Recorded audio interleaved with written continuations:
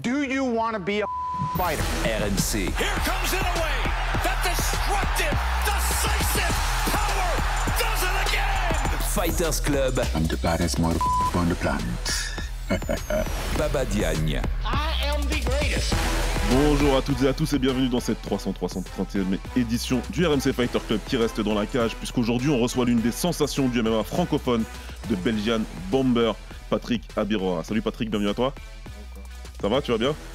Ok, merci de pouvoir te rapprocher un petit peu du micro, comme ça tout le monde va bien t'entendre. Merci beaucoup d'être venu en tout cas et merci de nous avoir accordé un petit peu de temps. Et aujourd'hui, pour étayer la discussion avec moi, notre spécialiste aux multiples talents, Mister Anthony Sterpini. Salut Anto, comment tu vas? Ça va Baba, ça va Patrick, merci de prendre ton temps. Avec plaisir les gars, la vérité. Eh ben écoutez, aujourd'hui en tout cas on va avoir pas mal de sujets à aborder autour d'une sensation, moi j'aime bien dire, du MMA francophone qui est en train de continuer à monter sa carrière. Après avoir créé le buzz par ses performances pendant sa carrière amateur, notamment aux IMAF, desquels il est sorti champion du monde en 2023, Patrick Abirora a démarré sa carrière professionnelle de la meilleure des manières, enchaînant 6 victoires en autant de combats, dont 5 avant la limite. Avant son prochain combat prévu chez lui en Belgique au PFL, le Fighter Club revient avec Patrick sur son début de carrière, tonitruant son style, ses aspirations, les potentielles rivalités francophones et sur l'actualité brûlante autour de lui. Ok. Patrick, avant de revenir sur ton parcours, parce que Ouais. je pense que c'est toujours intéressant, même si tu as donné pas mal d'interviews, on va essayer de donner un angle un petit peu différent. On va tout de suite mettre les pieds dans le plat. Ok. On va parler de l'actualité. C'est Et ça. l'actualité, c'est le PFL, Mhm. avec la surprise qu'on a tous eu un petit peu maintenant, il y a quelques semaines, l'annulation du PFL Paris. Mhm. La première question qu'on a envie de te poser, c'est le contexte autour de cette annulation. Comment toi, tu l'as appris déjà? Bah moi aussi j'étais surpris. Hein.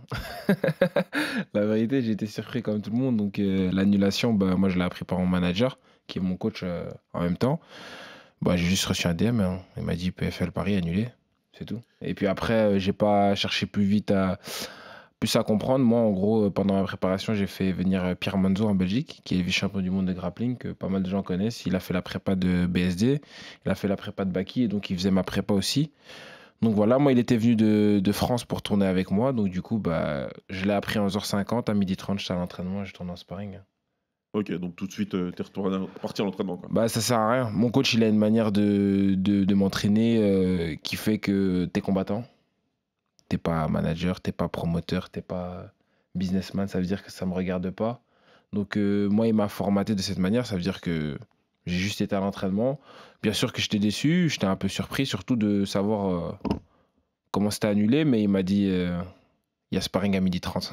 Il m'a juste dit ça. La vérité, ça a été sa réponse. Et donc voilà, j'ai pas cherché à comprendre.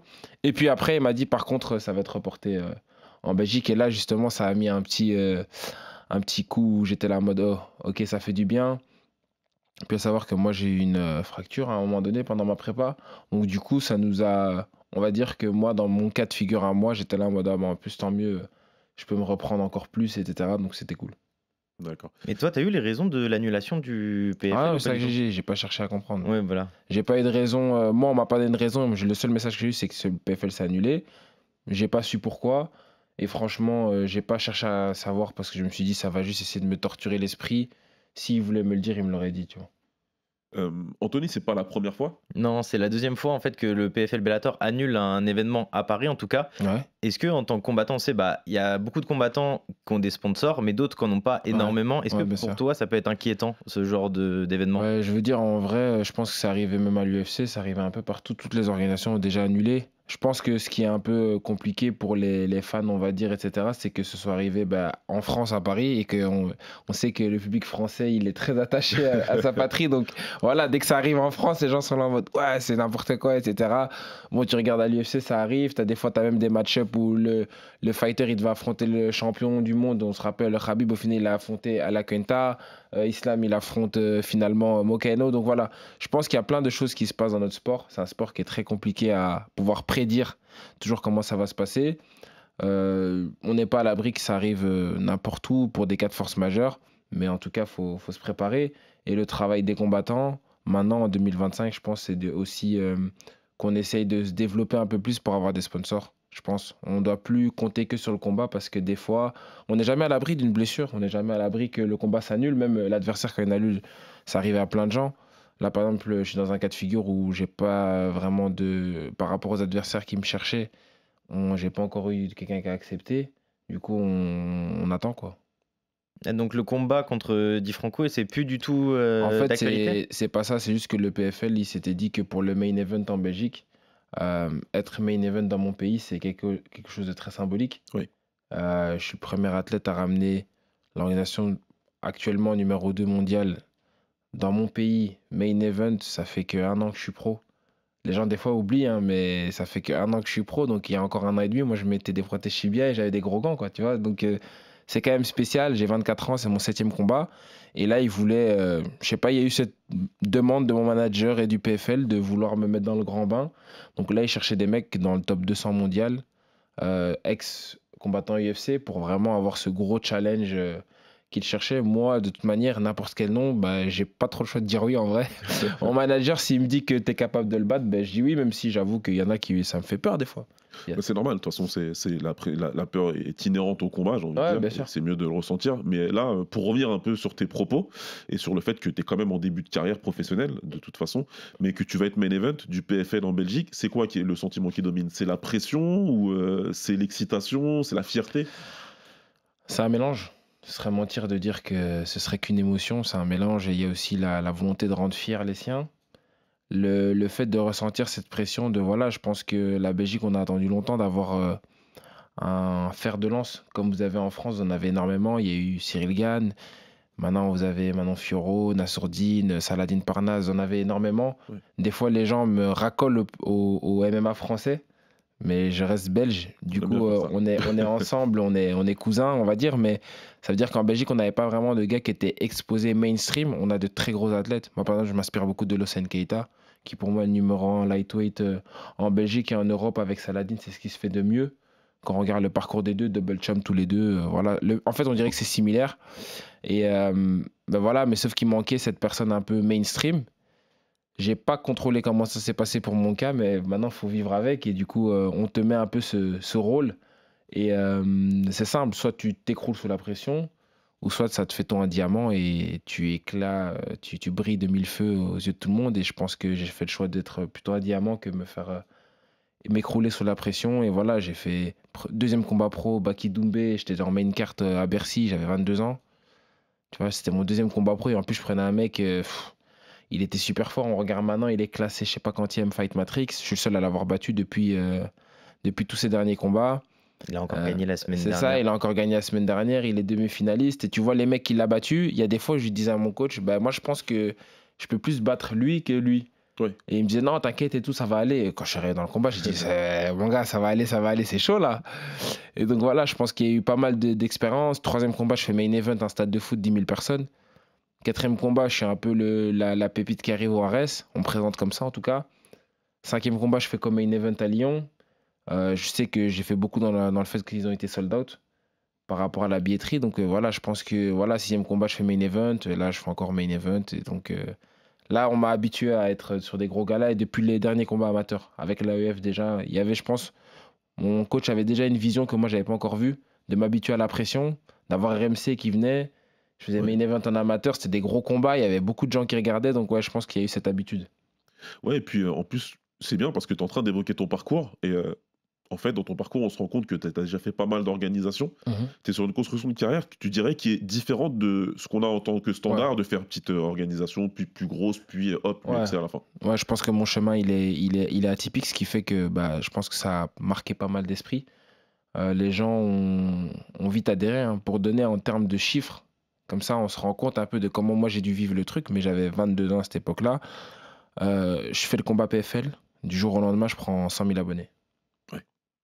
Ouais, on se rend compte qu'il y a du suivi. En 24 heures. Donc, faut vraiment réaliser le truc, c'est qu'en 24 heures, je sors de chez moi, maintenant je suis connu, les gens me demandent des photos, alors que 3 jours avant, enfin, il n'y avait que les vraiment amateurs du MMA qui me connaissaient, mais je veux dire, parce que j'avais été champion du monde IMAF, et déjà là, je suis le premier francophone à faire champion du monde IMAF, avec des KO, en adulte senior, avec des KO, en sachant tous les gros noms qui sont passés avant moi, tu vois. Moi, par exemple, j'ai pas peur de le dire. Moi, Axel Sola, c'est un mec que j'ai regardé quand j'étais un amateur. Je rêvais d'être comme lui. Il avait été point for point king en amateur. Et là, je deviens champion du monde avec des KO. J'enchaîne, je passe en pro. Baki Doumbé, je mets un tweet, je me retrouve sur la carte. Enfin, il y a un truc, c'est un storytelling qui, ouais, tu sais, les gens, ils ont beaucoup regardé la série Netflix. Et en fait, on dirait que c'est ma vie, tu vois. Même le truc avec Georges Saint-Pierre, moi, Georges Saint-Pierre, c'est parce que j'ai gagné un tournoi, donc je me suis retrouvé là-bas. Je dormais dans un dortoir, il y avait des rats. Georges Saint-Pierre, il m'allume à l'entraînement, puis il m'aime bien, donc il me donne un cours privé, alors que Georges Saint-Pierre, il fait vraiment sa vie, tu vois, de base. Enfin, il est occupé. Le mec, il me donne son numéro WhatsApp, il me dit, viens, on se revoit le lendemain, puis le lendemain, on échange beaucoup. Il m'entraîne tous les jours. Les gens, ils disent, mais attends, ce mec-là, il sort d'où, tu vois. Donc, c'est vraiment, il y a eu une suite de choses, et on dirait que le moment où j'ai mis les 4 KO en octobre 2022, ça s'est jamais arrêté, quoi. Anto, moi, quand j'entends ce que dit Patrick, il est très conscient des choses, mais on dirait que tu es en train d'écrire un scénario hollywoodien. Ouais, bien sûr. Ouais, non, vraiment. Mais en plus, il y a une histoire assez folle aussi sur Patrick. Est-ce que ça te dérangeait de réexpliquer comment tu as signé au PFL au Non, PFL ça me dérange pas. En gros, moi, j'étais chez moi. En gros, j'entends... Moi, Baki, c'est mon gars. C'est-à-dire, on a le même âge et tout, on parle et tout, puis j'entends Baki Doumbé, machin, je vois la hype. Maintenant, moi, j'ai grandi en bas. Moi, je suis un mec qui est dehors. Ça veut dire, la mentalité des mecs de dehors, c'est que on nous a rien donné. Ça veut dire, tout ce qu'on peut manger, on va le manger et on va essayer d'aller le chercher. Et c'est ce que je disais une fois dans une interview. Je dis, ça sert à rien de commencer à se lamenter sur ton sort. J'ai grandi là, j'ai pas eu les mêmes chances. Tu veux quelque chose, travaille. Et il n'y a que le travail qui paye. Et des fois, il faut provoquer sa chance. C'est pas juste attendre que la chance, elle tombe du ciel, tu vois.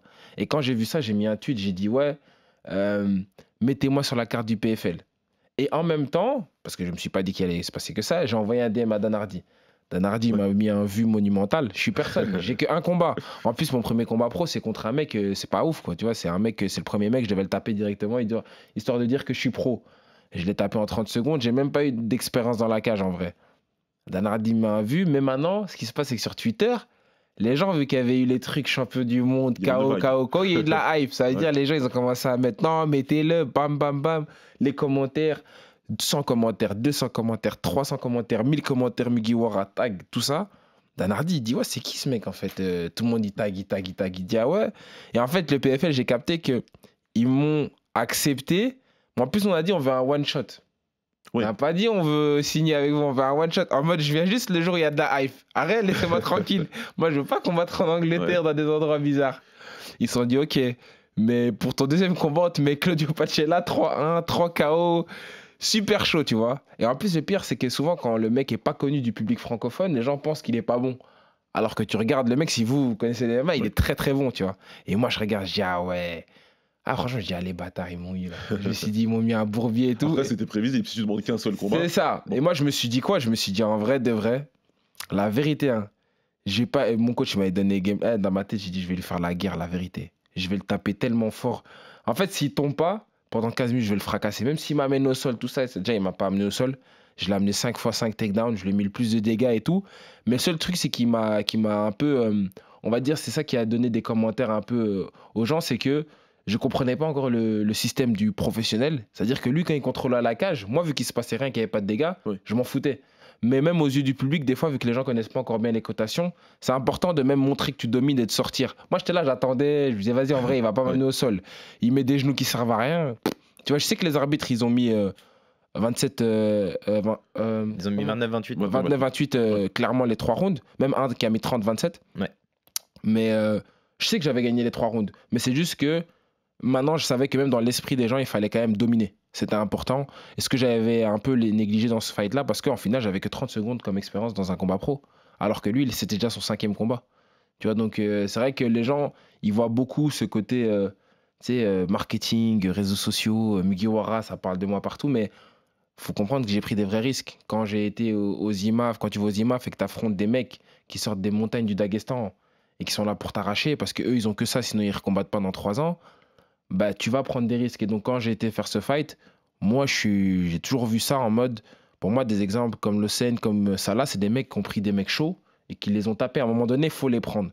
Et moi, je me suis toujours dit ça. Je me suis dit, si je veux rentrer dans les big leagues, à un moment donné, il va falloir prendre des big noms et montrer que t'es chaud et pas juste construire et prendre des mecs trop faciles. Donc, surtout, en fait, pour revenir et sur la fin de ton propos, le fait de vouloir avoir un objectif, les big leagues, et évidemment quand on parle de big leagues, on sait très bien de qui on parle. On parle de l'UFC évidemment, mais le PFL est une big league puisque c'est les numéro 2 actuellement dans le monde. la construction de carrière, elle est plus linéaire, dans le sens, je veux d'abord nettoyer ce qu'il y a à ce niveau-là, puis monter petit à petit, ou si demain il y avait une opportunité, tu irais. Moi, la vérité, je vais être franc, il y a déjà eu, hein, c'est juste qu'on a refusé. Je suis trop jeune. Je suis trop jeune et j'ai pas le niveau de l'UFC. Moi, j'ai Ok. pas peur de le dire. Ah, c'est Moi, je suis honnête. très réaliste. C'est très honnête de ta part. Moi, je suis très réaliste par rapport à comment ça se passe, le game. Les gens me regardent comme ça, c'est mon 40e combat que je vais faire le 5 juillet. Le MMA, je connais. Ouais. J'ai fait du sambo, j'ai fait jiu-jitsu brésilien, j'ai fait 3e aux IBJF à Lisbonne. J'ai fait des compétitions internationales de sambo, j'ai fait du grappling, j'ai fait de la lutte. Je sais ce que c'est le MMA. Je connais le sport. C'est mon 40e combat, c'est la 40e fois que je rentre dans la cage. À mon âge, c'est très jeune, mais c'est beaucoup de combats. Je pense que je suis un des amateurs francophones avec le plus de combats amateurs. Mais je sais que l'UFC, si tu rentres, tu dois taper le top 15. En fait, ça m'intéresse pas de rentrer à l'UFC pour la hype. Je sais que si maintenant je rentre à l'UFC, c'est partout dans les médias. Mais je vais faire un combat ou deux, et puis quoi? On va mettre un mec chaud, je vais me prendre un KO, et puis voilà, on sait ce qui va se passer sur les réseaux sociaux. Tu vois ce que je veux dire? Ouais. Parce que j'aurais pas eu encore le niveau. Mais le mec va me taper juste avec l'expérience, etc. J'ai pas encore le niveau d'aller taper le top 20 ou le top 30, faut pas mentir. Donc tu dirais que ce qui te manque aujourd'hui pour aller à l'UFC, c'est ça. L'expérience de combat et de la maturité physique et psychologique, je pense. J'ai que 24 ans. Ça fait que 1 an que je suis en pro. Les mecs à l'UFC, ils ont 30 ans. T'en as, ça fait... Par exemple, quand on m'a mis Di Franco, il combat en pro, je crois, ça fait depuis 7 ans, 8 ans. Moi, c'est ma première année, au Ouais. final. Tu sais, il y a des choses qui ne se mentent pas. T'as beau être plus talentueux techniquement, t'as beau avoir des aptitudes physiques, il y a des choses que tu vois que l'expérience prime. Mais on est d'accord, mais en tout cas, vu les propos que tu tiens depuis tout à l'heure, et on sent qu'il y a un chemin qui est très conscientisé de ta part, Mhm. on voit que c'est dans un coin de ta tête, clairement. Bien sûr. Ouais. Bien sûr. Et même là, le fait de vouloir prendre des vétérans UFC, c'est pour marquer le coup aussi, pour dire que voilà, là, on a eu plusieurs gros noms. Hein. On a eu Tony Ferguson. Je crois qu'il avait demandé une somme faramineuse. Et donc, l'UFL lui a dit, c'est pas possible, tu vois. Mais on ne sait pas si c'était une manière de dire non. Parce que c'était vraiment faramineux ce qu'il a demandé. Ça se compte en millions, tu vois. Donc, on s'est dit, OK, le mec, c'est impossible. Le PFL va pas payer ça pour combattre moi, tu vois. On a demandé à Othman Azaitar, ils ont dit non. Après, ils nous ont proposé Makwan Amirkhani, qui était vraiment le prospect européen Oui, c'est vrai à qu'à un l'époque, moment. ouais. 7-7 à l'UFC, énormément de fights. Enfin, je veux dire, quand tu regardes, le mec, il est 236e. Je suis 400 et je sais pas combien sur Fight Matrix. Mais déjà, à mon niveau, le fait que je sois dans les 400, c'est déjà beaucoup parce que les mecs à mon niveau sont dans les 800, etc. Et ben à ce moment-là, le mec a dit il me faut 48 heures et puis depuis on a eu silence radio. C'est pour ça que moi j'ai jamais call out quelqu'un, mais j'ai juste mis une story pour demander s'il allait le faire ou pas, comme ça on sait si on demandait quelqu'un d'autre. Et là je sais qu'ils sont déjà sur d'autres propositions de vétérans UFC. Donc on voit, Anto, que la gestion de carrière de Patrick, elle est assez conscientisée depuis longtemps. C'est quelque chose qu'on retrouvait, je pense, dans son ascension jusqu'au rang professionnel. Non, mais exactement. Mais en plus, t'as donné plein d'interviews à plein de confrères aux médias où tu disais que à partir du moment où tu t'es dit je vais devenir combattant professionnel, t'as très intellectualisé toute ta carrière. Ah ouais. Et donc, c'est la première question que je posais. Il te reste combien de combats sur ton contrat du PFL? Là en fait on arrive à un niveau où, comme à l'UFC, quand ça se passe très bien, qu'il y a de très belles choses, on te propose vite parce qu'on n'a pas envie que tu vois. Et je pense que le PFL a compris certaines choses. Voilà, Lyon, ils ont bien vu, ils avaient peut-être 2-3 000, ils m'ont signé, on a fait sold out, tu vois. Et il y a eu le chaos, ça a été viral, donc je pense qu'ils ont capté un peu le truc. Ils ont senti vite la chose arriver et je pense que j'ai un potentiel de pouvoir grossir encore. Je suis au début de ma carrière. Moi, j'ai jamais dit que je serais invaincu. Ça peut arriver que je vais perdre. C'est pas ça que moi je véhicule comme image. Moi, je véhicule plutôt l'image d'un combattant qui... ma mentalité, je lâche pas. Genre, j'ai un objectif, j'ai envie d'y arriver et je vais tout faire pour y arriver. Ça m'a pris 5 ans en amateur pour être champion du monde. Si ça me prend 15 en pro, ça me prendra 15. Et si j'y arrive pas, j'aurais tout donné pour y arriver. Au final, j'aurais pas de regrets. Et là, je sais que là, ils nous ont proposé un contrat, ils sont en négociation et ça se passe très bien là de ce côté. Et parce que je voulais te poser une question, c'est que tu as changé énormément Enfin énormément, mais en 7 combats, tu as fait quand même pas mal d'organisations. Ouais. Il y a eu le KSW la semaine dernière à Lyon. Ouais. Ce genre d'organisation, ça pourrait t'intéresser au futur ou pas? Ou sinon, tu es très bien au PFL et tu vas y rester pendant un certain moment? On a eu toutes les organisations qui nous ont proposé des contrats. Et il y en a certaines qui ont proposé certains montants, d'autres montants. J'ai été sur celles qui respectaient le plus ma valeur à ce moment donné. Et puis je sais qu'il y en a maintenant qui se rendent compte aussi de peut-être certaines erreurs qu'ils ont fait à certains moments. On le voit beaucoup, vous faites partie d'une nouvelle génération de combattants en tout cas, qui certes à l'UFC en termes d'objectifs / rêves, parce que ça va dépendre des combattants, comment on met le curseur sur l'un et sur l'autre, hein, n'est-ce pas? Mais quand on devient professionnel, c'est plus des objectifs que des rêves maintenant. Mais vous êtes aussi cette génération qui dit, moi j'ai une valeur, j'ai créé quelque chose, j'apporte quelque chose à l'organisation, et je vais aller là, on va me respecter. Est-ce que c'est envisageable que ta carrière se passe à 100% en dehors de l'UFC? Actuellement, dans ma mentalité, là, à mon âge, non. Ce serait mentir de dire ça. Ouais. Si maintenant, demain, j'avais 30 ans et je serais au stade de ma carrière là, je te dirais que l'UFC, c'est un rêve. Ça veut dire que si j'y vais, tant mieux. Si j'y vais pas, tant pis. Là, actuellement, dans mon stade, non, parce qu'en fait, j'ai pas besoin du MMA pour vivre. C'est aussi simple que ça. Ça veut dire que j'ai pas besoin du MMA pour vivre, pour bien vivre, avec les objectifs que je veux. C'est-à-dire que je génère déjà mon argent en dehors de ça. Et je réinvestis déjà mon argent en dehors de ça aussi. Du coup, le MMA, pour moi, je ne serais pas dépendant d'une orga. Je ne suis pas dépendant d'une orga. C'est pour ça que ça peut arriver que si demain je ne combats pas pendant un an, ben, je ne combats pas pendant un an. Et c'est intéressant ce que tu dis de pouvoir ne pas dépendre, en tout cas, d'une signature à l'UFC. Anthony, je pense, et on va revenir, hein, de toute façon, tu vas nous en parler en long, en large, on a encore un petit peu de temps, ne t'inquiète pas. Mais Anthony, dis-moi, je pense que dans l'arrivée là aujourd'hui à Patrick, c'est probablement dû à cette ascension fulgurante des amateurs jusqu'aux pros. Ouais, non, mais c'est ça, il y a eu énormément d'engouement pour les amateurs. On voit nous aussi à RMC, on a pratiquement toutes les orgas amateurs je me rappelle, sur moi. notre diffusion. Mais t'avais pas fait des interviews déjà à RMC où t'étais encore un amateur? J'ai l'impression que j'ai dû en faire une avec Alexandre Rabinet. Oui. Gros big up à lui. Ouais. Mais j'étais un amateur, mais je sais que moi, RMC, c'est une des premières fois que vous êtes venu faire de l'amateur, c'était avec moi à l'AEF. Ah oui, non, mais l'amateur, dont Sacha aussi, qui est grand fervent de l'amateur, il avait vu beaucoup d'amateurs Sacha à l'AEF. Ouais, c'est ça. Et en parlant de ton parcours amateur, est-ce que tu dirais que il te manque ici sur ton parcours pro pour l'instant, ou peut-être que tu viseras ça plus tard, le PFL t'a peut-être déjà proposé des chocs avec des forces amateurs, des combattants amateurs qui ont très bien fonctionné? On pense à des combattants qui ont bien fonctionné, je dirais. Il y a Uteo Ulrich, Owen Jason, Amaury Wako. On sait que ça a beaucoup parlé au niveau amateur. Est-ce qu'au niveau pro, tu penses que ce genre de combat serait très intéressant? En fait, en amateur, on était proche, on n'était pas loin jusqu'à ce que je devienne champion du monde. On n'était pas loin en termes de hype, on n'était pas loin en termes de sportif. Le moment où j'ai fait champion du monde, je ne pouvais plus parler avec n'importe qui en amateur, j'étais champion. Ça veut dire qu'il n'y avait personne qui... Factuellement, à 77 kilos, donc à 77 kilos, j'étais le meilleur amateur mondial. Si tu n'es pas d'accord avec ça, il faut aller au championnat du monde et les gagner. Et dans les noms-là que tu as cités, il y en a qui ont été au championnat du monde en même temps que moi, qui ne les ont pas gagnés ni fait de podium. Donc voilà. Donc factuellement, sportivement, non, ça ne servait à rien. Là, actuellement, en professionnel, il faut savoir qu'en professionnel, il y a et la partie sportive et la partie extra-sportive, businessment parlant. On n'est pas dans les mêmes orgas, déjà de 1.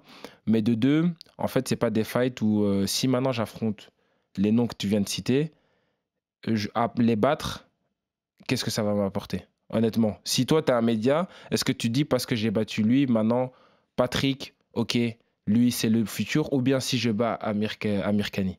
À ton avis, c'est quoi quel nom tu te dis, ah ouais, là, c'est vraiment... Non, pour les médias, bien évidemment, Amir Khani, oui, c'est plus intéressant. C'est ça que je veux dire. Mais pour la visibilité... est-ce que tu penses qu'eux vont m'apporter plus de visibilité? Non, je dis pas ça, je dis sur le terrain le français, parce qu'on est très haut. Non, mais c'est ça que je te demande, même au terrain français, c'est-à-dire que avec tout le respect, bien sûr, mais ces personnes-là vont pas. Si je le fight, c'est lui qui va gagner une hype monumentale à me combattre. Oui, on est complètement d'accord. Mais dans l'autre sens, j'ai pas de choses à gagner parce que là, actuellement, on se dirige plus vers des ex-combattants UFC ou des très gros noms qui ont une plus grosse hype mondiale que moi. C'est-à-dire que si je bats, par exemple, Amir Khani, je sais que mondialement, des mecs du MMA mondial vont se dire « Ah putain, il a quand même battu... parce qu'il a affronté Arnaud Allen. Il y en a certains, on parle de mecs qui ont affronté Cowboy Cerrone, etc. Donc voilà, on parle de noms qui, en fait, même aux États-Unis, les gens vont commencer à se dire hey, c'est qui ce petit Européen qui a battu lui? Alors que si je bats là, on reste en France. en France dans des organisations françaises, où j'ai été dans l'organisation numéro 1, le RS, dont je suis parti pour l'organisation numéro 2 mondiale. Donc, dans ma dynamique de carrière, il n'y a pas un de ces noms-là qui va m'apporter quelque chose de plus. Ni en termes de hype, ni en termes de monétisation que je vais pouvoir faire, ni en termes de dire sportif, j'ai battu lui. Donc, Patrick, on te donne, par exemple, le PFL ne va pas se dire j'ai battu ce nom-là, on le fait monter dans le tournoi mondial où on te met la ceinture. Alors que je bats ce nom-là, moi, je sais ce qui arrive après. Ok, donc tu as déjà des discussions avec le PFL par rapport au futur? Après, le futur, c'est du MMA, donc moi, je suis toujours réaliste. Hein. D'abord, il faut gagner ton combat et après, tu parles du futur. C'est pour ça que même quand ils essayent de me parler de certaines choses, je leur dis, moi, j'ai un combat et après, on verra ce qui va se passer. Tant que je n'ai pas gagné, il ne faut pas me dire, ouais, mais si tu fais ça, alors on fait ça. Mais je sais que battre un UFC vet de cette manière-là, c'est comme on le voit. Par exemple, tu dis, regarde, Amin Ayoub te disait la même chose, mais regarde quand il a battu Michael Lebou, le fait que ce soit un vétéran UFC, ben ça, mondialement, ça lui donne un autre crédit. Et c'est ça que je veux dire. C'est que là, dans ma dynamique de carrière, j'ai déjà plus de combats qu'eux. En amateur, c'était bien, on était proches avant que je fasse les championnats du monde. Ça s'est pas fait. Surtout que c'est moi qui ai demandé et c'est pas moi qui ai annulé les fights. Donc ça s'est jamais pas fait de ma part. Maintenant, c'est pas intéressant. Donc la vérité, si demain on est tous à l'UFC et qu'on est dans le top, là oui. Mais et là, ce sera intéressant. Mais là, actuellement, j'ai rien à gagner à les affronter. Non, très bien. Ouais, honnêtement. Non, je comprends. En fait, ce que tu nous expliques, c'est qu'il y a eu un moment, ça s'est pas fait. Ça s'est pas et fait. le moment maintenant, il est dans le futur. Et pas de ma faute. Ouais. C'est ça qu'il faut surtout dire, c'est que c'était pas. Toi-même, tu connais c'est bien de le dire. C'est marqué sur ta apologie, tu vois. Moi, les mecs qui s'alignaient, oui, ça se fait pas, oui, annulé, oui, annulé. Ben ok, d'accord. Maintenant, c'est facile de revenir maintenant. Je sais qu'il y en a qui voudraient des fois faire des vidéos, etc. Ça met quelques vues. C'est bien, ça te fait de la hype, mais je suis pas dupe, tu vois. En termes de globalité, c'est-à-dire qu'un combat qui serait hype, à mon niveau, il faut que j'aille chercher des gros noms. Est-ce que tu as l'impression, et je prends le MMA dans toute sa francophonie, je vais dire, parce que tu es quand même pas mal en France, notamment. Ouais, bien sûr. Moi, la France, j'ai l'impression qu'ils m'ont adopté. Ça veut dire en mode, je suis belge, mais je vous aime bien. La vérité, on s'entend très bien. Et voilà, je respecte beaucoup la France. Je fais toutes mes prépas ici en moitié aussi. Donc voilà, merci à vous déjà. Non, mais c'est bien, en tout cas de le dire, mais je pense aussi que tout le monde l'a bien compris. Mais c'est quand même intéressant par rapport à ce que tu expliques avec ces actes manqués, entre guillemets, en amateur, et peut-être plus tard sur des combats, sur des grosses organisations professionnelles. Est-ce que tu as plus l'impression d'avoir ce gros soutien du MMA francophone dans son ensemble, ou plus d'avoir une cible dans le dos, quand même, de certains de ces combattants qui se disent, il y a un francophone, moi je peux quand même, si jamais j'arrive à avoir un combat avec ce gars-là, ça va me permettre de monter mon profil. Non, tu es une cible à partir du moment où tu es exposé. Ça veut dire, ça là, c'est une cible. Si tu réfléchis comme ça là, c'est une cible. Morgan Charrier, c'est une cible. BSD, c'est une cible. On va dire, y avait eu un listing là des francophones les plus suivis. Je suis le 6e, donc je suis une cible par logique. Et quand tu regardes les 5 premiers, tu regardes le niveau auquel ils sont. C'est Salah, BSD, Nassourdine, Cyril Gane, Doumbé. Tu regardes leur carrière et puis t'as moi. Et juste derrière toi, il y a Paul Dena. Ouais, c'est ça. Donc ça veut dire qu'en mode, bien sûr que moi et puis Paul, Paul et moi, on est vraiment ciblés parce qu'il y a cette hype. Mais moi, en tout cas, je vais dire, je suis pas dupe. Lorsque moi, j'ai demandé les fights et que ça s'est pas fait pour X ou Y raison, ça s'est pas fait. Mais maintenant, c'est très facile de... Je sais que les gens vont me call out, c'est normal, mais c'est pas très intéressant pour moi. Et je pense que c'est un peu ce qui fonctionne aussi à l'UFC. Quand tu regardes les combattants, t'as des mecs qui vont dire, mec, j'ai taffé toute ma carrière pour arriver à être numéro 3, je vais pas aller affronter le numéro 12. On va dire en termes de sportif et même en termes de trucs. Le mec va plutôt aller chercher un gros fight. Je pense que c'est ce qui se passe même pour la ceinture middleweight. Tu vois, des trucs comme ça où je trouve que des fois, c'est un peu dommage aussi, tu vois. Mais je comprends le côté business. Est-ce que je comprends le côté sportif? Non. Mais là, même sportivement, c'est pas pareil. Donc, s'il n'y a pas de sportif et il n'y a pas de business à gagner, pourquoi aller le faire? Ouais, on sent que vraiment, tu gères la carrière dans toute sa globalité, en fin de compte. Et c'est vrai que, même si tu l'as dit en début d'épisode, que toi, tu te concentres sur le combat, que tu as des personnes qui t'entourent pour pouvoir t'occuper du reste. Ah, j'ai une grosse équipe. Tu as quand même conscience de ce qui se passe et de comment on fait pour monter ces escaliers-là. On a la chance d'être une nouvelle génération. Ça veut dire que moi, j'ai eu la chance de voir les mecs avant moi. Par exemple, moi, un mec qui m'a inspiré, c'était, on se disait toujours les francophones, ouais, c'est compliqué, il faut aller à l'UFC pour gagner de l'argent. Quand j'ai vu Salah ou des Doumbé, je dis, mais frère, en fait, il y a moyen de faire de l'argent maintenant, t'es fou, quoi. Pourquoi on parle de l'UFC tout le temps? En fait, non. Tu vois, moi, je suis très content d'avoir eu des mecs comme ça avant nous qui ont été précurseurs. Tu vois, moi, ce que j'essaie de faire avec le PFL, c'est à mon échelle, toute proportion gardée, j'espère que vous ne mettrez pas ça en gros titre, mais ce que ça a fait avec le KSW, j'aimerais bien le faire avec le PFL en Belgique, par exemple. Tu vois, de devenir quelqu'un qui ramène souvent, donc ça veut dire que ça tourne, les nouvelles générations peuvent vraiment être mises en lumière, et toi, tu es respecté à ta juste valeur, mais un contrat XXL, mais c'est pas un contrat XXL, c'est ce que tu mérites. Si tu remplis une salle de 12 000 personnes, tu mérites ce genre de montant. Quand tu regardes les autres sports, il n'y a que dans le MMA où les gens ont du mal avec l'argent. Tu regardes les autres sports, enfin, moi j'ai plein d'amis footballeurs, basketteurs, etc. Le mec touche de l'oseille de ouf, tu vois, mais pour tout ce qu'ils font. Ouais. Et nous, on est encore en mode, tiens, mets un t-shirt, mets-moi une story, s'il te plaît, frérot. Le mec, oui, tu dis ça, mais quand le mec il a 500 000 abonnés, c'est pas s'il te plaît, frérot. Le mec il fait 300 000 vues, tu peux pas lui juste dire s'il te plaît, frérot. Ça se monétise, tu vois. Mais c'est parce que c'est encore un truc, c'est un sport qui est jeune.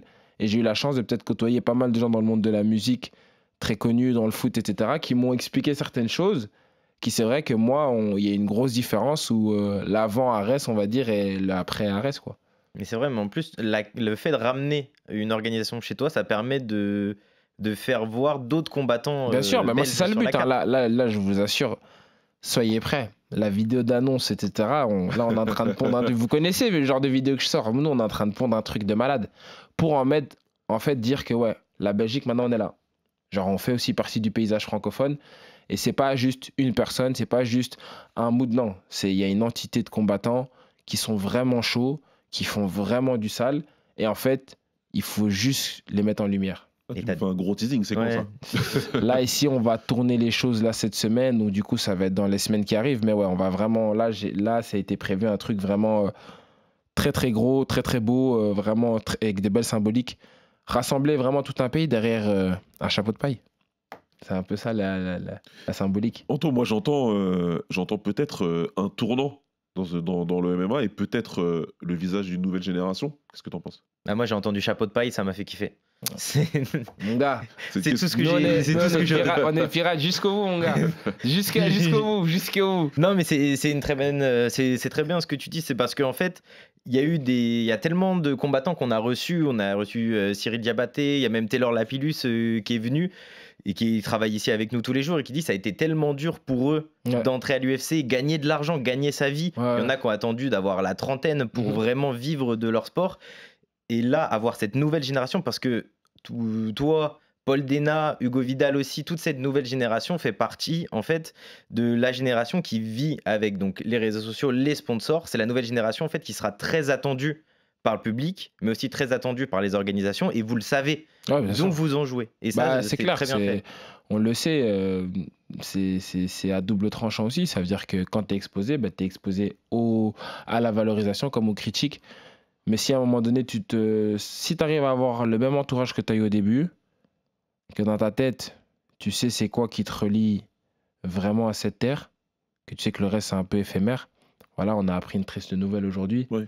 Et bah, moi, c'était quelqu'un de proche de moi. Donc voilà, c'est des trucs qui te remettent les pieds sur terre, tu vois. Tu peux être au top du top et partir comme ça. Donc des fois, faut pas oublier dans la vie. Moi, j'ai eu vraiment mon moment où, quand j'ai eu cette infection, j'ai capté, parce que c'était un risque mortel, où en fait, tu sais, ce game du MMA, tout ça, c'est bien, mais c'est pas la finalité. Et quand je suis revenu, tu peux dire ce que tu veux de moi sur Twitter, je m'en pète un, moi. Tant que ma maman, je lui paye ses vacances, je lui paye ses trucs, je lui paye à la maison, je vis très bien. Mes frérots, on part en vacances tous ensemble. Eh, mon gars, tweet, continue de tweeter, tu vois ce que je veux dire? Qu'est-ce que t'en as à faire? Mais c'est vrai qu'au début, quand t'es exposé, tu te dis, ouais, j'ai envie de faire plaisir à tout le monde, et je comprends pas pourquoi les gens ils m'aiment pas, mais non, c'est juste que c'est comme ça, c'est du sport, c'est comme quand tu vois le foot. T'imagines les footballeurs, ce qu'ils reçoivent? Moi, j'ai des potes à moi, ils reçoivent des messages de ouf. Ouais. Putain, mais des messages de ouf. Les sports, c'est un truc de malade, on se rend pas compte. Si à un moment donné, tu te blindes pas le cerveau en disant, mais en vrai de vrai. Et puis le pire, c'est que tu dis, mais en vrai, pour certains, je suis millionnaire. Je fais ce que j'aime de ma vie. Je suis jeune. Je kiffe. Qu'est-ce que t'en as à faire de ce que Jean-Jacques Dupont XY7 1777 a mis sur son compte? Mais qu'est-ce que t'en as à faire? Tu vois? Et ça arriver à cet état d'esprit, à ce niveau en fait de blindage mental, c'est quelque chose qu'on arrive à faire soi-même ou c'est quelque chose qui nécessite de l'accompagnement, tu penses? Moi, j'ai jamais cru à la préparation mentale. Peut-être qu'un jour, je changerai d'avis. Moi, j'ai ma vie, tu vois. En fait, comment t'expliquer? Pour moi, quand tu grandis à la dure, il y a des trucs plus durs, gros. Tu vois? Si t'as pas à manger sur ton assiette, tu commences pas à te dire, oh, qu'est-ce qu'il a pensé de moi, ça va m'atteindre. Tu vois, et j'ai vécu des choses beaucoup plus dures que ça. Ça veut dire que ça, pour moi, c'est un sport. Ça veut dire, avant même, je pensais que les gens, pour moi, d'où je venais, en fait, quand t'insultes quelqu'un, c'est que tu l'aimes vraiment pas. Alors que moi, je sais qu'il y a des gens, ils vont mettre un commentaire sur mes réseaux sociaux, ils vont me voir dans la vraie vie, ils vont me demander une photo. Donc en vrai, j'ai capté que, vas-y, en vrai, vous, c'est juste du buzz, tu vois. C'est comme sur Twitter. La recherche est plus de faire du tweet.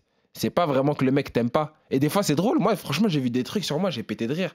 Il y a un mec, une fois, il a eu Patrick Flash de Sky, j'ai pété de rire. C'était trop drôle, le jeu de mots, tu vois. Parce que, tu sais, ils soutenaient ma tête, mes flashs de Sky, ça m'a fumé, tu vois. J'ai là, en fait, je te jure, il y a des fois, ils sont bons. Des fois, faut pas toujours prendre le truc mal. Tu vois, moi, j'ai pas de problème. J'ai eu une annulation à mon dernier combat. Finalement, je me suis retrouvé avec un mec, laisse tomber, frère. Moi, je dis à leurs gars, je dis, les gars, s'il vous plaît, changez-moi l'adversaire, je vais me faire allumer. Je leur dis, je vais me faire allumer, je sais. Même si je le mets KO, je vais me faire allumer. Mon coach, il me dit, ouais, t'as 1 minute pour le mettre KO, sinon t'es mort. Hein. Parce que le mec, on est à 5 jours. Et avoir tous les documents médicaux, c'est impossible de trouver un mec. À 5 jours, l'avion, documents médicaux, FMAF. En plus, les documents, ils sont beaucoup plus durs que quand tu combats en Ukraine ou tu vois. Il n'y a pas de documents. Ouais, là-bas, ils ont des endroits, ils ont des documents. Tu vois, c'est. Ouais, Mais ouais. nous, ici, c'est compliqué de faire combattre un mec en France, tu vois. Même en Belgique, on est plus light au niveau des documents. Et donc là, t'es là, tu te dis, bah, c'est tout, frère, je vais le combattre, mais je sais ce qui va se passer, tu vois. Donc Ouais. moi, je me dis, je vais même pas véhiculer trop dessus. À la base, je vais mettre un mec avec 30 combats, 28. C'était carré. Au final, je me retrouve avec un mec en négatif, je me dis, ah, c'est bon. En vrai, j'ai gagné vite fait, on va vite passer au PFL et ça va bien se passer, tu vois. C'est tout. Non, mais c'est important en tout cas d'aborder ce détachement. En tout cas, c'est ta méthode à toi. Ouais. Je pense que c'est quelque chose qui peut être transmis aux plus jeunes générations. Ouais, de ouf. Faut de vraiment. garder un certain détachement par rapport à ce qui se passe sur les de réseaux. ouf. Ça, c'est clair. Mais ça suffit pas. C'est bien et c'est important. Maintenant, il y a aussi des qualités dans la cage, Anto. Ouais, Ah il y ouais, a il les faut gagner qualités des combats, techniques, faut il des faut qualités gagner des combats aussi. Ah Et ouais, pour non, bien l'instant, sûr. pour l'instant, tu le fais très bien avec. J'espère, Inch'Allah. Parce que là, t'es à 6-0. Tu le disais, l'an dernier, tu voulais être à 5-0. Et là, à la fin de l'année, tu vas être à combien? Bah là, ce sera le 7e. Du coup, j'aimerais bien. Fin de l'année, ça veut dire décembre. Décembre, ouais. Bah là, je pense, au vu de l'annulation, j'aurais voulu 9, mais je pense que ce sera 8. Au vu de l'annulation, parce que si ça fait juillet, je pense qu'il y aura juste un fight en fin d'année, mais ça dépend de la date. Si c'est par exemple novembre, c'est pas possible de combattre en décembre. Enfin, ça dépend un peu. Mais avec normalement ce qui était prévu initialement, ça aurait été 9. Mais là, j'espère déjà que ce sera 8. Et voilà, moi j'ai envie d'être actif, au moins faire. Ça, c'est le grand minimum, 3 combats. Mais moi, le plus de combats que je peux, je fais en fait. En vrai de vrai, le plus que je peux, je fais à chaque fois parce que j'ai été matrixé en amateur à faire des 5 combats par semaine. Donc en fait, pour moi, combattre tous les mois, ça représente un luxe. Le seul truc qui est plus compliqué, c'est les cuttings, mais sinon, le reste, ça va. Mais t'es très actif hein, depuis le début. Tu tournes à un combat tous les 2 mois et demi. Ouais, Comment tu fais pour j'ai la dalle, gérer gros. Oui, il y a, J'ai la dalle, c'est il y a tout. ça, mais il y a physiquement aussi, parce que Ouais. tu as eu pas mal de blessures. Tu disais Ouais. après ton combat arrête, il y a eu un Ouais. accident de voiture. Ouais, j'ai durant le combattu camp. plein de fois blessé. Mais moi, toute ma carrière amateur, j'ai combattu des fois à une main. Les championnats du monde, les derniers championnats du monde, j'ai combattu à une main.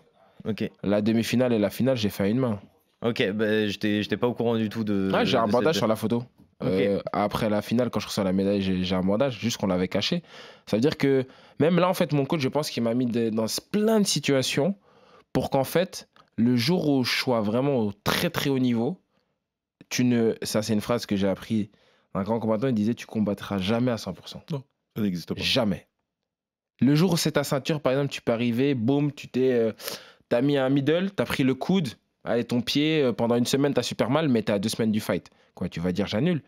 Sauf que quand t'es dans l'UFC, par exemple, t'annules, ok. Mais on voit ce qui se passe avec Arman, maintenant, ils le font un peu galérer parce que c'est comme ça.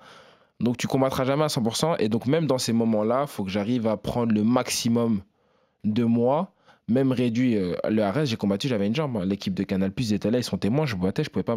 J'étais condamné de. En fait, j'avais le TFL qui était touché, donc j'avais du genou à la hanche qui était bloqué. Ouais. Donc je pouvais rien faire, je pouvais pas lutter. C'est pour ça que mon coach il m'a dit bon écoute, lui, tu dois le terminer en 5 minutes parce que sinon s'il crame que tu sais pas lutter, deuxième round t'es mort. Et lui c'était un mec qui faisait les Polaris professionnels en grappling. Il a encore gagné juste après et il était fort en soumission. Donc, nous, on a se frôlé. Et dès que j'ai eu l'ouverture, j'ai terminé. J'étais bien content. J'étais trop content, moi, quand ça s'est terminé. Et tu penses que ce moment-là, justement, ça a causé un déclic pour ta carrière pro? Tu penses qu'après ce combat-là, t'as pas été le même? Mentalement, t'as peut-être passé encore un step? Ouais, c'est surtout après être tombé malade. Ok. Ah, quand je suis revenu, j'étais... En fait, vraiment, je pense que, par exemple, j'aurais affronté celui que j'ai affronté à Lyon. Comment il parlait, comment il était dans le trash talk et tout. Je l'aurais affronté avant, ça aurait peut-être pu m'atteindre. Honnêtement. Alors qu'après, à Lyon, j'étais froid, mec. J'étais là en mode, mais... Je pense que toi, t'as pas encore vu un combattant comme moi. Pourtant, toi, des mecs comme toi, je les ai déjà affrontés. Et c'est ça le truc, c'est que pour moi, j'ai compris que c'est vraiment un game basé sur les skills. Ouais, des fois, j'ai affronté des mecs, ils ont des têtes, ils font peur, ils sont vieux, tu vois, ils sont plus vieux que moi, plus physique et tout. Mais c'est les skills. C'est juste tes capacités, des aptitudes que tu as dans la cage. Dès que tu te réfères que à ça et que tu dis, OK, il est où le danger? Est-ce que je peux le contrer ou pas? Bah, c'est là où il y a la zone de stress qui rentre en jeu ou pas. Mais quand tu dis, OK, ce danger-là, je peux le contrer, ça, je peux pas le contrer. Par exemple, à Amir Khani, je sais qu'au sol, c'est un tueur, tu vois. Ouais. Il a des soumissions de dingue. C'est ça le danger. Est-ce qu'il va m'amener au sol? Pour l'instant, j'ai 100% de défense de takedown. Et quand j'ai affronté des très, très gros lutteurs au Daghestan, etc., de la lutte que tu retrouves qu'au très, très haut niveau en pro, ils ont eu dur à m'amener au sol. Et même les fois où je tombais au sol, j'étais le premier à me relever direct. Tu vois? Donc je me disais, bah, OK, ça, je peux arriver à un truc. Debout, qu'est-ce qui va se passer? Je peux imposer. Et si je connecte, il ne va pas se relever. Donc je me dis, en vrai, let's go, tu vois. C'est un fight qui est dur. Oui. Il y a plus de 200 places dans le ranking, c'est pas pour rien. C'est un fight le mec a affronté des gros noms, donc il l'aura vu.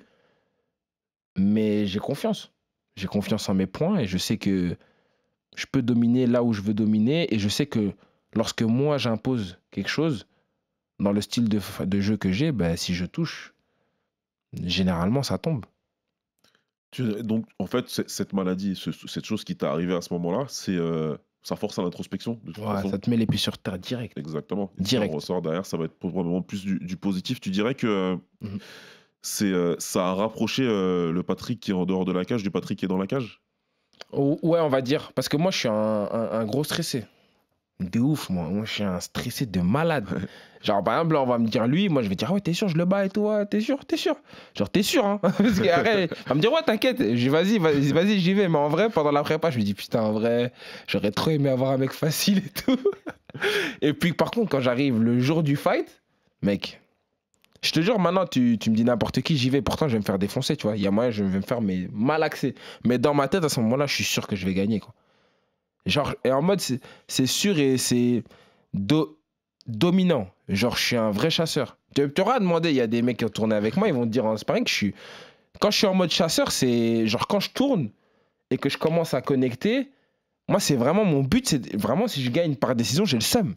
Il y a un bouton, il y a un interrupteur du Patrick ultra stressé à Patrick. Quand je prends des gifles là, c'est ça le bouton? Ouah, purée, mec. Comment tu switches? Quand il met des gifles, mon coach là, tu vois, avant que je monte dans la cage. Je te jure, tu vois, des fois je fais des trucs, des gens ils me disent ouais, nanana et tout. Des fois je dis par exemple, je vais célébrer comme ça, t'as vu, je vais marcher. T'as vu O'Malley comment il a marché la dernière fois au KO? La vérité, en vrai, moi je vais faire ça, je vais faire un truc comme ça. Frérot, je mets un KO, je passe la cage, je vais dans le public, je commence à crier. Ah, je suis déter. En mode, on dirait un animal, le type. Je sais même, tu sais que je te jure, j'entends même pas quand on me parle. Je suis en mode dans un autre truc, j'entends juste la voix de Tarek, les indications et je suis connecté. Mais toi, quand je dis je suis connecté, c'est un chasseur, mais t'as juste un. C'est comme si c'était un animal et t'avais juste un guide. Par exemple, quand il me disait droit au corps, fin, pouf. Et en plus, je reste dessus, je le mets KO, je me retourne, je mets direct. Il n'y a pas de. Je veux que le mec il soit fini. Ouais, tu vois. Et après, je vais ressortir de cet état de transe un peu. Genre, franchement, ça prend. Allez, le discours d'après-fight, et puis après, c'est tout, l'adrénaline, elle est partie. Et d'un coup, je redeviens tout gentil et tout, tu vois, tout bizarre comme ça, mais c'est assez spécial comme... Mais ce switch, il apparaît quand avant le fight? Dans le vestiaire ou En fait, dans le vestiaire, déjà, je vais commencer à me mettre dans un mood. Tu vois, je suis beaucoup avec des écouteurs et tout, j'écoute pas mal de choses, que ce soit de la musique, des chants religieux, tu vois, je rentre dans un mood où moi, je me dis, en fait, là, la vérité, là, s'il faut mourir, tu vois. C'est vraiment vrai. Moi, c'est pas en mode pour faire la hype, tu vois. C'est vraiment en mode de si... Genre, par exemple, je préfère... L'exemple parfait, c'est la finale des championnats d'Europe. Je préférais dormir que taper, quoi. Elle est dispo sur Spotify, ta playlist ou... Non, elle est dispo, mais après, ça va me coller des trucs bizarres. Ça veut dire que j'ai pas envie de le faire. En plus, il y a une vidéo qui est sortie où je fredonnais le chant. Okay. Mais moi, je savais pas que j'étais filmé. Parce que je suis dans mon monde. Et va sortir sur Internet, ça a commencé à mettre des trucs parce qu'en fait, il y a des choses qu'il ne faut pas mélanger. Et voilà, c'est tout ça. C'est propre à moi-même, mais voilà, ça me met dans cet état de transe. Et puis, lorsqu'il y a les gifs, ouais, je sais qu'en fait, à ce moment-là, mon cerveau a retenu que claque égale fight. Tu vois. Ok. Et donc, du coup, bah, il y a le fight qui arrive. Du coup, bah, là, c'est le truc. Et puis, ouais, j'aime bien toucher la cage avec le dos et tout. Enfin, frotter. Enfin, je fais des trucs bizarres. Ouais, vas-y. Mais tu t'accroches souvent à la Ouais, cage, je fais des trucs chelous, gros. La vérité, en plus, le pire, c'est que je fais toujours la même chose. Ça veut dire que c'est même pas contrôlé. C'est pas en mode. Moi, je suis pas pour les rituels. Tu vois. Mais c'est vrai qu'il y a des habitudes que j'ai dans la cage qui maintenant, bah, avec mon 40e combat, ça fait beaucoup. Donc, du coup, bah, les habitudes, elles restent, quoi. Non, mais c'est intéressant parce que tu as mis le doigt sur quelque chose d'important, je pense, c'est l'exposition publique, Anto, parce que là, on peut parler quand même Oui. d'une grosse hype, et c'est une hype par les combats. Moi, j'aime bien le préciser. Merci. Parce qu'il y a la Merci, hype, franchement, le ça réseau, me il y a la hype des combats. Ça me fait plaisir. Encore c'est une fois, important. on n'est pas youtubeurs, les gars. Voilà, je C'est suis pas important, il faut dire influenceur. que c'est les performances d'abord. En Merci. tout cas, qui t'ont mis- En tout cas, moi, je peux parler pour mon cas personnel. Merci. C'était les combats. Mais Anto, on sait toujours que même s'il y a une recherche de l'exposition, l'équilibre, il est difficile entre la vie la vie publique, pardon, et ce qui se passe dans la cage. Ah ouais. Non, mais après, Patrick, il peut très bien en parler. C'est qu'il y a souvent. Donc, il y a des rapports aussi avec Cédric Doumbé ou Paul Dena. Eux sont souvent critiqués parce qu'ils font beaucoup de vidéos Ouais. hors combat. Ouais. Et toi, bah, je le cache pas, je te suis sur les réseaux sociaux. Je vois pas énormément de vidéos. En fait, j'ai l'impression que on entend parler de toi Ouais, quand il y a ton combat Ouais, ou c'est quand on ça. annonce ton combat. Moi, t'as vu la vérité, en vrai de vrai, moi, je vais dire la vérité. La célébrité, je kiffe pas trop, moi. Moi, je viens d'une petite ville, je viens de mon quartier, j'ai toujours grandi avec les mêmes mecs de mon quartier. Tu vois, ici, maintenant, mon équipe, on a formé mon management avec les mecs de mon quartier. Tu vois, mon coach, je le connais depuis que j'ai 17 ans, mon préparateur physique depuis que j'ai 18 ans. J'ai les mêmes amis, on traîne ensemble depuis qu'on a 8 ans, on va chez nos darons au Ramadan, chaque année, il y en a, ils viennent chez moi, puis je vais chez lui. Enfin, j'ai grandi dans le 5000. T'as vu, tu sais que je revendique le 5000 partout. Ça veut dire que nous, même, aller par exemple à Bruxelles, la capitale, ça, c'était une dinguerie. Tu vois, ça veut dire que quand moi je suis arrivé à Paris, voir plein de gens et tout, en vrai de vrai, j'ai toujours été, tu sais, Vidal il pourra te le dire, je suis un mec, par exemple, je vais lui dire, ouais, même si on doit se voir, viens tout seul. Ramène pas une autre personne. Tu vois, moi je suis un mec, je connais pas trop les gens, j'aime pas me mélanger, etc. Du coup, le fait d'avoir été exposé d'un coup, bah, c'est vrai que ça a été difficile à vivre. Mais moi, j'ai toujours dit, s'il vous plaît, les gars, me mettez pas dans la case influenceur ou youtubeur. J'ai pas de chaîne YouTube. T'as vu, si je combats pas, je vais pas commencer à te faire des trucs. Ouais, les gars, les gars, aujourd'hui, vlog de. Il n'y a pas de vlog, frère. Tu vois, il n'y a pas de vlog. Juste, je combats, c'est tout. Et tu m'aimes bien parce que je combats et parce que c'est ça mon métier. Et bien sûr que maintenant, je sais qu'il y a plus d'enjeux. Tu vois, par exemple, là, je fais main event. Ça veut dire que je dois faire une promotion autour du combat. Du coup, on doit faire des vidéos, je dois faire des médias, etc. Donc, je suis là pour ça. Et ça fait partie du business. Même, ça fait partie dans tes contrats. Nous, on a des contrats marketing avec le PFL. Mais mon métier, c'est de frapper des gens. Faut pas me mélanger avec des influenceurs. Tu vois. Et à la base, j'ai été connu parce que j'ai mis 4 KO en 4 jours. C'est pas... Il n'y a rien. Il n'y a pas eu de bad buzz, d'embrouille, quoi. Non, je suis venu, j'ai frappé un mec lundi, j'ai frappé un mec mardi, j'ai frappé un mec mercredi, j'ai frappé un mec jeudi, dormi. Fin de l'histoire. Et après, ça a pété, et puis après, tu connais, l'histoire a donné son truc, et puis en plus, j'ai enchaîné, tu sais, la guillotine à la John Jones, des trucs. Mais c'est même pas des trucs, on dirait que c'est écrit et tout, alors que non, tu vois, c'est le fight. Mais c'est comme moi, pour moi, des bons exemples, c'est du Salah, des trucs comme ça, tu vois, du Nassour et tout. C'est des mecs qui sont venus, ils ont frappé les gens. Tu vois, c'est pas en mode waouh, il est trop. Non, non, non. Il a frappé. Même Connor, tu peux dire ce que tu veux, il a frappé les gens, tu vois. Il est venu, il a mis Aldo, il l'a mis qu'en 13 secondes, t'as personne qui a fait ça. C'est pour ça qu'il est devenu la star planétaire qu'il est. Faut pas mentir. Faut pas croire que Connor, on le connaît que de maintenant parce qu'il est là, il boit des bières tous les jours et il se comporte de cette manière-là. Non, Connor, on le connaît tous à cause de ça. Tu vois, et moi, c'est ça mon objectif, c'est que je devienne et que j'écrive l'histoire à cause de mes performances. Le reste, tant mieux si les gens ils adhèrent et qu'ils aiment bien, mais en vrai de vrai, c'est ça que j'ai kiffé la dernière vidéo de Nassour, c'est en mode, moi, il s'en fiche, tu vois. Si tu m'aimes pas parce que je parle pas, ça m'intéresse pas. Tout ce qu'il veut, lui, c'est d'être connu pour ses performances, ça s'arrête là. Pareil, comme ça, t'as une vie privée aussi, tu vois. Ouais, à la fin, c'est de laisser une trace. Est-ce que tu dirais que ton plus grand objectif, quelque part, c'est de marquer l'histoire de ton sport, Ouais. pour la Belgique par exemple, mais après de toute façon forcément au niveau mondial, et de laisser forcément une trace derrière, mais ou juste presque de faire un braquage, entre guillemets, d'aller la C'est chercher une- cette ceinture de l'UFC. C'est une belle et on n'en question. parle plus. C'est une belle question ce que tu viens de dire, mais la vérité, si tu me demandais maintenant, est-ce que maintenant je préfère avoir une histoire où je serais jamais oublié parce que j'ai fait trop de dingueries dans ce sport, ou avoir la ceinture mais je serais un champion parmi tant d'autres, pour pas citer de nom, mais des mecs qui vraiment insipides des trucs, bah je préfère marquer l'histoire 100 fois. En mode marquer l'histoire, mais genre vraiment. Alors à ce moment-là, quand je te dis si je l'ai pas eu, c'est que j'ai marqué l'histoire. Genre moi j'ai fait des guerres, les gens ils étaient là en mode ster, ouais, je sais quoi ce mec, tu vois. En mode on le kiffe trop, putain, après il a pas eu la ceinture, tu vois, des trucs comme ça, tu vois. Ouais. Mais c'est vrai que ouais, pour moi, ça a toujours été ça qui m'a animé. C'est que je pense que j'ai ce truc de gladiateur, d'être animé vraiment par l'adrénaline de la performance. C'est-à-dire que moi, encore une fois, une décision ne me satisfait pas. Vraiment. Intrinsèquement, je suis vraiment pas content. Ouais. Genre, j'ai gagné, mais même mon coach, tu vois, pour lui, son objectif, c'est que je termine le mec. Et encore, même pour aller plus loin, faut pas croire que j'ai pas de sol et toi. Vous pourrez demander à Pierre, il vous dira, mais même nous, chez nous, en vrai, la soumission, si c'est pas une soumission stylée où le mec il dort, tu vois, et tout, en vrai de vrai, on n'est pas trop hype. Hein. Nous, on aime vraiment le truc en mode, t'as mis un truc en mode, tu sais, les gens, quand je fight, toi, ils font des trucs comme ça. Et je sais que c'est ça qui a fait qu'il y a eu cette ascension fulgurante, c'est qu'à un moment, bah, tu regardes l'enchaînement, là, je suis peut-être sur 13 ou 14 victoires d'affilée. 14, ouais. Tu regardes le ratio de finish, tu regardes comment j'ai fini les mecs, bah, c'est vrai qu'à un moment donné, des fois, tu regardes le truc, tu te dis, ster, ouais, je sais qui ce mec, tu vois. Et c'est ça qui est stylé, je pense. C'est ça qui m'anime plus, moi. Ouais, mais je comprends, Anto. 6 victoires, en professionnel en tout cas, 5 victoires avant la limite. Il y a quelque chose qui nous raconte, Patrick, en termes de recherche je dirais, du panache, forcément. Et ça vient aussi du bagage technique. Il y a quelque chose, je crois, que dont tu voulais qu'on discute par rapport au bagage technique de Patrick. C'est exactement ça. C'est un mot que tu répètes beaucoup quand tu fais des interviews, même des interviews après fight, c'est les flashballs que tu mets. Mais je vais te dire la vérité, c'est arrivé comme ça avec toi. Les flashballs, on les connaît par rapport au tir, mais toi, c'est quoi ta définition ? C'est quoi ta définition de ton flashball ? En vrai de vrai, je pourrais expliquer la vraie histoire hors caméra. Il y a des choses qui ne servent pas à être véhiculées.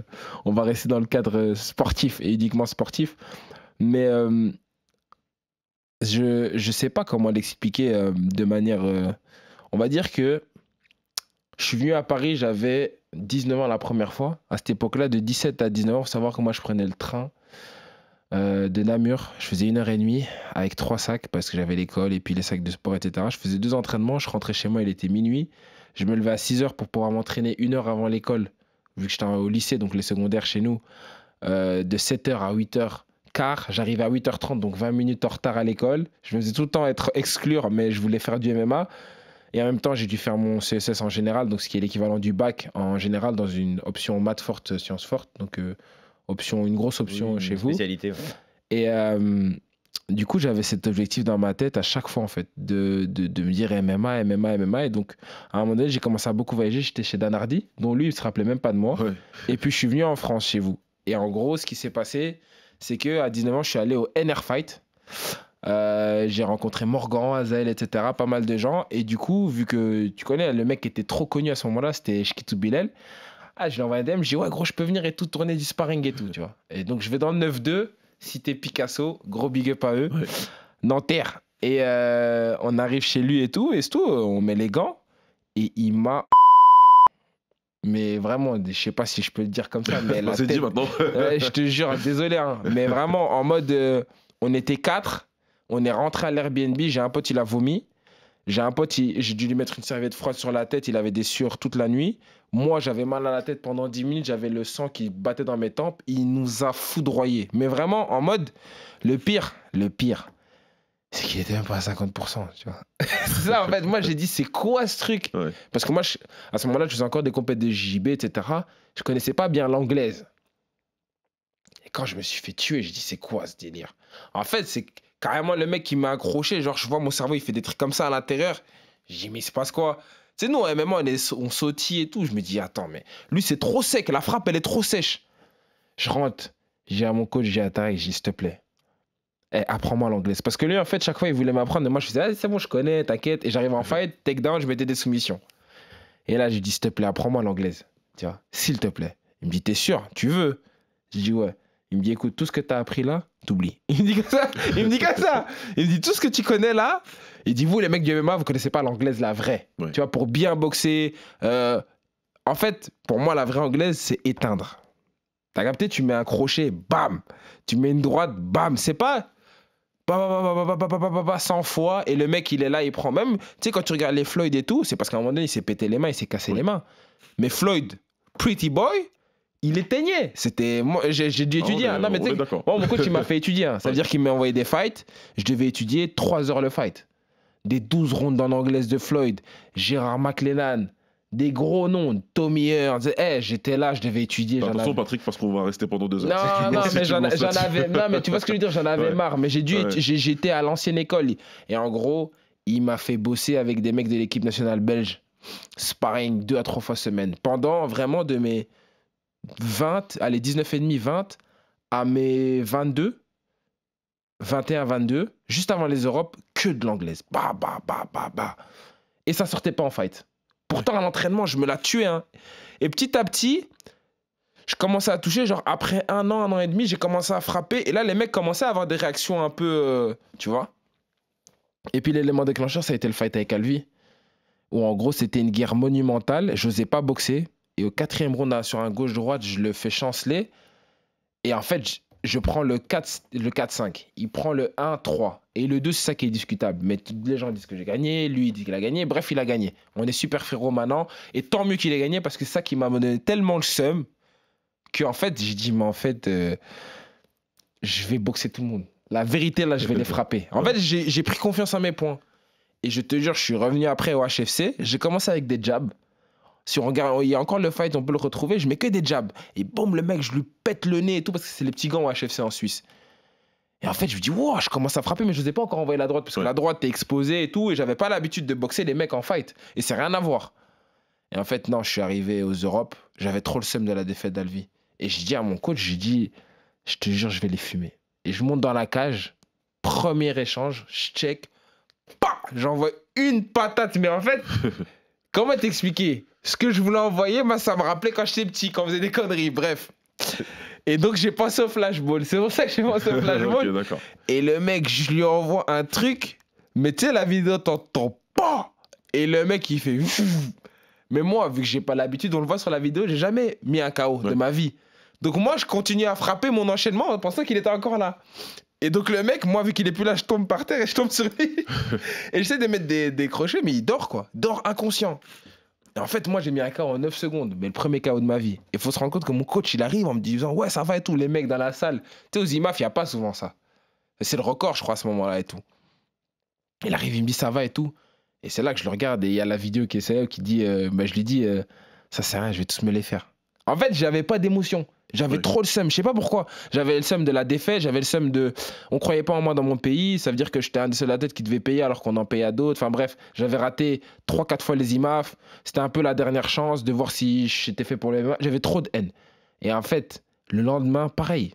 Je prends un mec, je l'éclate. Boum, KO. 3e jour, boum, KO. 4e jour, boum, KO. Et en fait, c'est là qui est beau. C'est que pour me remettre les pieds sur terre, je pense que Dieu a fait que je perde la finale. Pour me dire, t'as découvert un truc. Maintenant, bosse. Okay. Et en fait, là, j'ai découvert la foudre que j'avais dans les mains. J'ai bossé. Et en fait, j'ai encore parfait plus mon art. Sauf que j'arrive au championnat du monde. Je perds contre le sparring des Shafkat. Ouais. Grosse décision. Très gros fight. Et je me dis, OK, je me donne une dernière chance. C'est la 5e. C'est bon ou c'est pas grave. J'arrête ma carrière amateur de toute manière. Je peux pas continuer à faire...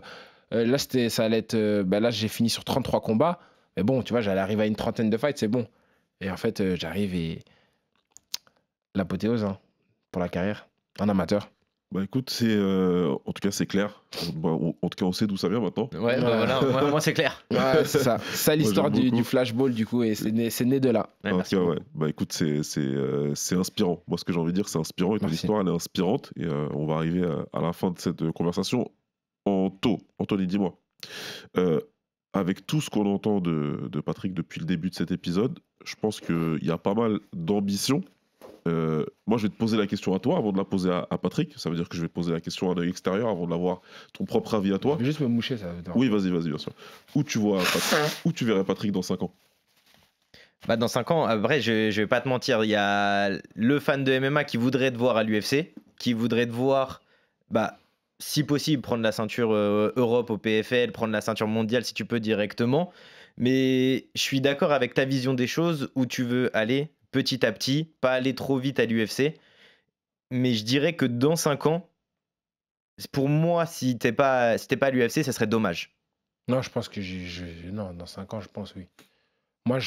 J'avais ciblé il me faut encore 3 années pleines ou 4, en fonction de s'il y a une blessure, etc. Mais 3 saisons pleines, vraiment pour prendre en maturité, augmenter. Donc, parce que dans 5 ans, ça voudrait dire 29. C'est pour ça que je suis encore jeune. Même à 29 ans, je serais jeune en vrai. sûr. Mais ouais, je m'étais dit en au moins 3-4 ans pour prendre en maturité. Parce que c'est clair que je le vois, je tourne avec pas mal de gars de l'UFC. J'ai tourné avec des mecs vraiment bien classés. Je vois où est mon niveau. Je sais que quand ils me rappellent pour leur prépa, c'est pas pour rien. Mais c'est juste qu'il y a une différence entre la cage et l'entraînement. Il y a une différence entre avoir un mec expérimenté en face de toi ou non. Un mec qui va pas tomber à la première droite. Un mec qui va pas croire à la première feinte. Un mec qui va avoir la caisse de faire 15 minutes à fond de balle. Un mec qui va des fois accrocher la cage quand tu mets le takedown et que tu avais tout joué là-dessus parce que tu étais mort et en fait tu l'amènes pas au sol. Donc là, il t'étrangle et toi, tu étais déjà fatigué. Donc c'est de l'expérience. Il y a beaucoup de vices, il y a beaucoup de trucs qu'il faut faire attention. Donc je veux vraiment mettre toutes les chances de mon côté. Mais c'est clair que oui, l'UFC, ça reste pour moi l'important, l'objectif final parce que c'est là où je me dis, en fait, l'UFC, j'y vais en all-in, quoi. J'y vais vraiment en mode, j'ai pas besoin de l'argent de là-bas. C'est pas l'argent qui va m'animer. C'est vraiment la gloire et l'histoire. C'est d'y aller, tout donner, ligne droite, on voit jusqu'où on peut aller. Et s'il y a un plafond de verre que je pouvais pas dépasser parce que voilà, j'ai pas le niveau, ben j'aurais tout donné. Et je sais que j'aurais pas de regrets parce que déjà, mon argent, je l'ai fait, je suis très bien comment je suis traité. Je sais que la manière dont les contrats sont faits pour moi, je suis bien pour ma vie, on va dire dans le sens où je peux vraiment réinvestir et être vraiment confortable. Donc c'est pas c'est pas l'argent qui m'anime pour l'UFC. Ça a été un objectif personnel sportif. Je pense et factuellement avoir eu la meilleure carrière en amateur francophone au vu des résultats que j'ai faits. Et mon objectif c'était d'être le numéro 1 en amateur et d'arriver à être le numéro 1 en pro et ce serait vraiment incroyable. Comme histoire, je pense que ça a jamais été fait parce que Manon allait le faire. Et je pense qu'elle sera la première chez les femmes. Mais donc voilà, j'aimerais bien être le premier chez les hommes. Du coup, parce qu'il faut être d'abord champion du monde amateur et puis être champion à l'UFC. Et là, ce serait une dinguerie, tu vois. Ouais, c'est clair. Et j'ai fait la première partie, ça a été tellement dur. Alors que l'UFC, ça va être tellement dur. Donc bon, bref, c'est un objectif qui est très grand. Si j'y arrive, tant mieux. Si j'y arrive pas, je sais que j'aurais tout donné dans tous les cas parce que c'est ma mentalité. Mais voilà, moi, je sais qu'il y a beaucoup de jeunes qui regardent, etc. Faut pas croire que tu vas jamais perdre. Faut pas croire au truc d'un vaincu, etc. Moi, je préfère véhiculer cette image directement. Je ne serai pas un combattant, je pense qu'il sera un vaincu toute sa vie. Je vais tout faire pour jamais perdre. Mais c'est pas ça que je prône. Moi, ce que je prône, les gars, c'est franchement, croyez en vos rêves, travaillez dur et s'il vous plaît, n'abandonnez pas. Parce que si un mec comme moi, il a raté 5 fois et il a été champion du monde après 5 revers, avec des premiers... C'est même pas des revers où tu sortais en troisième place. Non, je sortais au premier tour. Je me faisais mal axer. J'étais un mec qui était mid, qui était pas ouf. On parlait pas de lui. Et du jour au lendemain, on a parlé de moi parce qu'il y a eu des années de travail avant. C'est pas... Des fois, ça pète pas la première année quand tu fais du MMA. Ça pète pas la deuxième. Moi, ça a pété après la 4e année. Ah ben voilà, c'est tout. C'est comme ça. C'est chacun son chemin. Et faut pas être jaloux du mec à côté de toi parce que lui, il explose directement. Tu sais pas ce qui arrive. Et encore plus loin, je dirais, faut pas être jaloux de la personne en face de toi parce que voilà, regarde, il y a des gens, des fois, ils ont tout dans leur vie, pourtant, ils quittent le monde maintenant, tu vois. Et toi, t'es là, t'es jaloux de lui, alors que toi, en fait, si ça semble, ta vie, elle est encore là jusqu'à 80 ans. Le mec, t'étais jaloux de lui, il est parti à 30 ans, t'imagines. Enfin, des fois, faut juste garder les pieds sur terre et voilà, reste focus sur toi, deviens la meilleure version de toi-même. Et si toi, ton maximum que tu peux atteindre, par exemple, c'est la ceinture du PFL, la ceinture même de l'AEF, ah ben c'est ton maximum à toi. Et peut-être que lui était destiné à la ceinture de l'UFC. Tout le monde n'est pas destiné à la même chose, c'est normal, c'est de la compétition. Mais il faut juste savoir reconnaître ce qu'on a. Je suis très content de la position que j'ai. Je sais que j'ai beaucoup de chance par rapport au fait que je sois très bien loti, que voilà, je suis main event, j'ai la chance de ramener l'organisation numéro 2 dans mon pays. Enfin, pour moi, c'est une symbolique qui... C'est comme vous quand vous avez ramené l'UFC Paris. Bah pour nous, en Belgique, on n'a jamais rien eu. Rien. On n'a jamais eu une orga qui était propre, on va dire, de manière une big league qui est venue avec une grosse organisation, une grosse salle, etc. C'est toujours des gymnases où tu entendais le terrain de basket, le panier de basket qui faisait pendant que tu combats, tu vois. Donc voilà, le changement, il est là. C'est le 5 juillet. Je compte sur vous, je compte sur le peuple belge à venir. Les Français, je sais que vous m'avez toujours soutenu chez vous. J'espère que vous serez là chez moi aussi pour me soutenir. Et voilà, le 5 juillet, ne ratez pas cette date parce que je compte bien terminer, si tout se passe bien, un UFC vétéran. Bah écoute, c'est un mot de la fin parfait, mon Anto. J'ai rien à ajouter par rapport à ça. Rajouter après ça, vraiment ça. Je pense qu'on a eu une très belle conversation. Patrick, merci beaucoup d'être venu. Non, merci à vous, les gars, ça fait plaisir. En tout cas, c'était une première et peut-être pas la dernière, j'espère. Et en tout cas, c'était des belles questions, un bel échange. Et pour tous ceux qui regardent comme moi et RMC, moi je regarde les interviews des autres. Je regarderai pas la mienne parce que je trouve ça gênant. Mais en tout cas, j'aime bien le concept et c'est lourd. Et pour les petits jeunes qui nous regardent, lâchez pas, les gars. Merci beaucoup, Patrick. Merci Anthony. Merci à toi, Boba. Eh ben, écoutez, c'était un bel échange. Merci à vous d'avoir écouté, d'avoir regardé. Je vous invite à partager, à liker. Parlez-en à votre barbeur, parlez-en à votre boulanger, parlez-en à votre boucher. Et on se retrouve pour le prochain épisode du RMC Fighter Club. À très vite. Ciao.